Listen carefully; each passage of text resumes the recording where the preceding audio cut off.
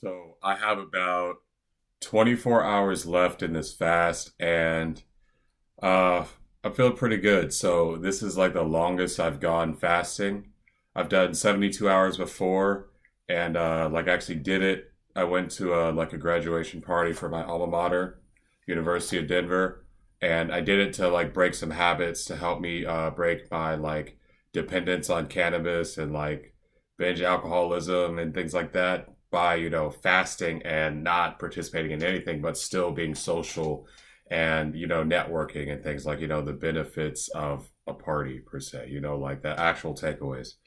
And I did that again last night. Like I got invited to a party. My friend, his girlfriend is in the Houston Ballet, and so I got to like meet a bunch of people, really cool people.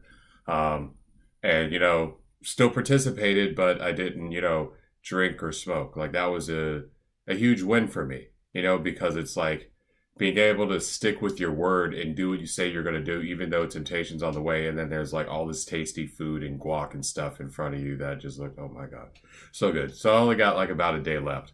Anyways, like I find myself very focused on my objectives and even more confident in my abilities in the direction that I'm heading into.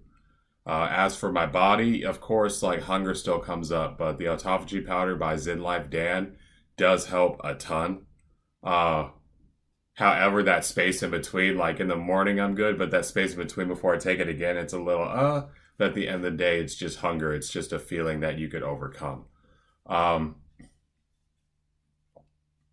like I'm feeling pretty good. I'll be honest, a little bit dizzy because at this kind of stage, you're going into like day hours 72 on, like to 90 through 96. It's like you got to be careful how fast you stand up because if you stand up too fast, you get really dizzy. I realized that yesterday and I had to be patient with myself. Like, okay, stand up and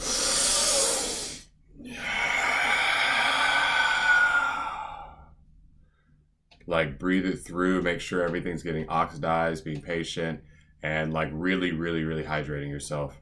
That's a huge thing. But got a day left. I'm excited to be finished with this. Honestly, I love the benefits of this. Been having great meditations, great realizations spiritually. Really good, like with this course I'm building, my Raw 21. I'm just so thankful that I have this opportunity to present this to the world. It's going to help a lot of women and men uh, overcome their depression and anxiety and have actual actionable tools to find the root cause of these instead of be like, okay, you're going to go to CBD for your anxiety, which, yes, it does help. Don't get me wrong. But if you become dependent on it, you're still not solving the root cause behind it. Or like depression, I see a lot of depression things with it's like, oh, you to combat depression, just like fill up your schedule. Well, you're just running from yourself until you fall asleep, and then when you find yourself off or on vacation, you can't enjoy it because you're depressed. So instead of this, like looking back and looking into yourself and looking back in time to what caused these things into your psyche, what you wrote into your programming in your early years in between 8 and 15, and especially if you could go all the way back to like 3 to 8, that's about 70% of your default subconscious programming is written then.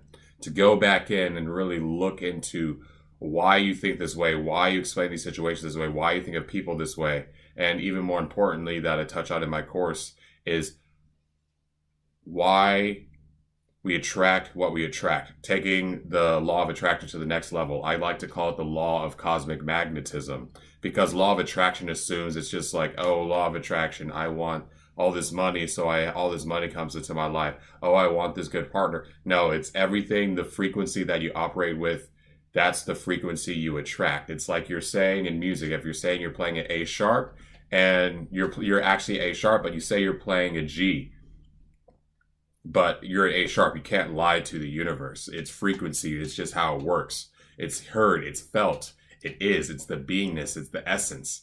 And so that's really more what's about it. In my course, I take it in depth and, even have like a 3-day kind of and with worksheets and all that fun stuff. and a lot of self-reflection, because that's the biggest thing is being able to be with yourself, love yourself, and like be with yourself when there's nobody else around. Like I'm not saying, oh, be but with yourself and amongst the group. Like no, when there's nobody around, there's no self, like nothing's going on. You have your phones away, like with in your thoughts. Are you happy with yourself and who you are? Because happiness does not depend on, oh yeah, this is a fly shirt. Yeah, this hair, like man, I'm like sexy as fuck, right? No, it doesn't matter about that. It's like how you treat people, how you treat yourself, like what you find beautiful in yourself from, your moral standards or like your motivations in life and things like that. The internal values that cannot be seen but are felt. That's what true beauty and true happiness stems from. That way, your happiness is not dependent on your external situation. So when the negative balances the positive law of the universe, you're still happy because it's not dependent on the external circumstances for the outcome of your state of beingness.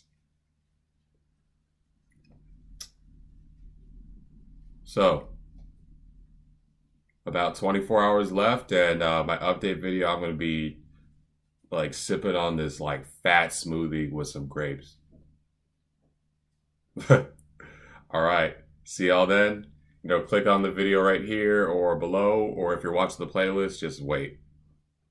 Have a great day, and namaste.